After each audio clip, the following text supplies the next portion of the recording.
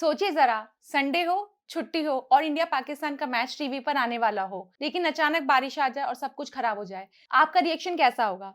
कुछ ऐसा ही रिएक्शन आया प्रभास की नई फिल्म के ट्रेलर को लेकर, राजा साहब। उम्मीदें बहुत बड़ी, लेकिन नतीजा बिल्कुल धोखा। सबको पता है प्रभास सिर्फ एक नाम नहीं बल्कि एक ब्रांड है। उनकी फैन फॉलोइंग इंडिया से लेकर इंटरनेशनल तक फैली हुई है। वो प्रभास ही थे जिन्होंने बाहुबली जैसी ब्लॉकबस्टर देकर साउथ ही नहीं बल्कि पूरी इंडिया में अपनी एक अलग पहचान बनाई। वही प्रभास जिनके नाम से पैन इंडिया शब्द की शुरुआत हुई। भले ही प्रभास की कुछ फिल्मों को दर्शकों से मिलता जुलता रेस्पॉन्स मिला हो, लेकिन उनकी फिल्मों ने बॉक्स ऑफिस पर छप्पर फाड़ कलेक्शन किया है। यही वजह प्रभास आज इंडिया के सुपरस्टार में गिने जाते हैं। लेकिन इस बार जब उनकी नई फिल्म का ट्रेलर आया तो यकीन मानिए उतना मजा नहीं आया जितने उम्मीदें थी। ट्रेलर में सब कुछ है, वीएफएक्स है, हल्की फुल्की कॉमेडी है, एक्शन है, सस्पेंस और इमोशंस भी है, लेकिन वो तड़का गायब है जिसकी उम्मीदें दर्शक प्रभास से करते हैं। प्रभास से आप एक नॉर्मल फिल्म की उम्मीद ही नहीं कर सकते, क्योंकि प्रभास केवल एक आम एक्टर नहीं बल्कि एक पैन इंडिया सुपरस्टार है। प्रभास की फिल्मों का इंतजार दर्शक बहुत बेसब्री से करते हैं। उनका नाम सुनते ही उनकी उम्मीदें आसमान छूने लगती हैं, लेकिन इस ट्रेलर को देखकर उनकी उम्मीदें साकार होती नजर नहीं आती। कहानी प्रभास के आसपास घूमती है। वे अपनी पुरखों की प्रॉपर्टी पे नजर डालता है ताकि वे अपनी फाइनेंशियल प्रॉब्लम को सॉल्व कर सके।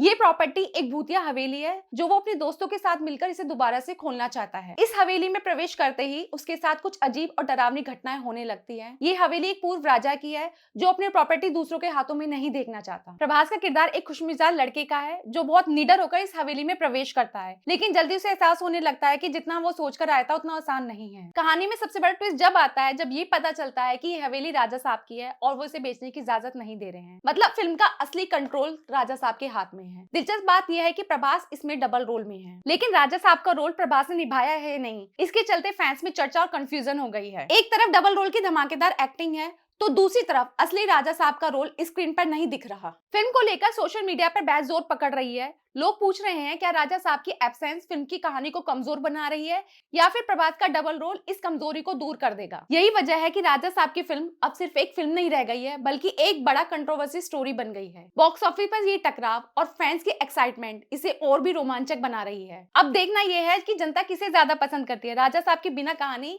या प्रभास का डबल रोल का जादू। वहीं फिल्म की सबसे बड़ी कमजोरी इसकी कहानी और स्क्रीन प्ले ही है। कहानी में रोमांस, हॉरर और कॉमेडी का तड़का लगाने की कोशिश की गई है, लेकिन यह तड़का हर बार बेस्वाद सा नजर आता है। हॉरर वाले सीन डराने के बजाय कार्टून जैसे लगते हैं, कॉमेडी आपको हंसाने की बजाय क्रिंज करवा देती है और रोमांस वही पुराना घिसा पिटा जिसमें कोई ताजगी नहीं। मारुति दसारी का डायरेक्शन उम्मीद के मुताबिक नहीं निकला। एक तरफ तो उन्होंने इसे मास एंटरटेनर बनाने की कोशिश की है, लेकिन फिल्म में कोई एकरूपता नजर नहीं आती। कभी तो फिल्म ये हॉरर लगती है, कभी कॉमेडी शो और कभी रोमांटिक ड्रामा। प्रभास का स्टारडम बहुत बड़ा है, लेकिन यहाँ उनका किरदार थोड़ा ढीला और बेमजा सा लगता है। ना तो उनकी स्क्रीन प्रेजेंस पूरी तरीके से चमक पाती है, ना ही उनके इमोशन से जुड़ाव पैदा करते हैं। संजय दत्त जैसे बड़े कलाकार का रोल बहुत सुपरफिशियल और अधूरा सा लगता है।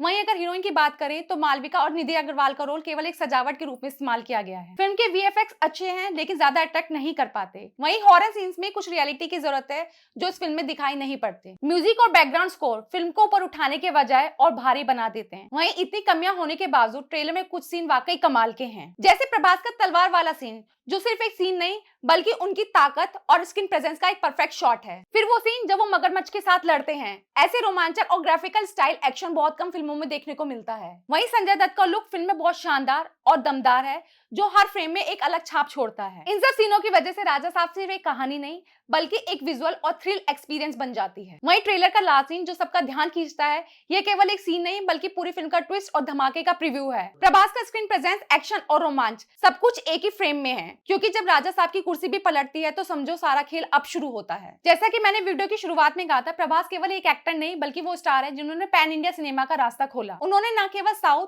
बल्कि पूरे भारत में अपने दम पर एक नया एग्जाम्पल सेट किया है। राजा साहब में उनका डबल रोल केवल एक एक्टिंग नहीं बल्कि उनकी स्टार पावर का एक जीता जाता सबूत है। अब केवल प्रभास की मेहनत, उनका करिश्मा ही इस फिल्म को देखने लायक और बॉक्स ऑफिस पर हिट बना सकता है। वहीं आपको वीडियो कैसी लगी कमेंट में जरूर बताएं। वीडियो को लाइक, चैनल को सब्सक्राइब करना ना भूलें। Thank you.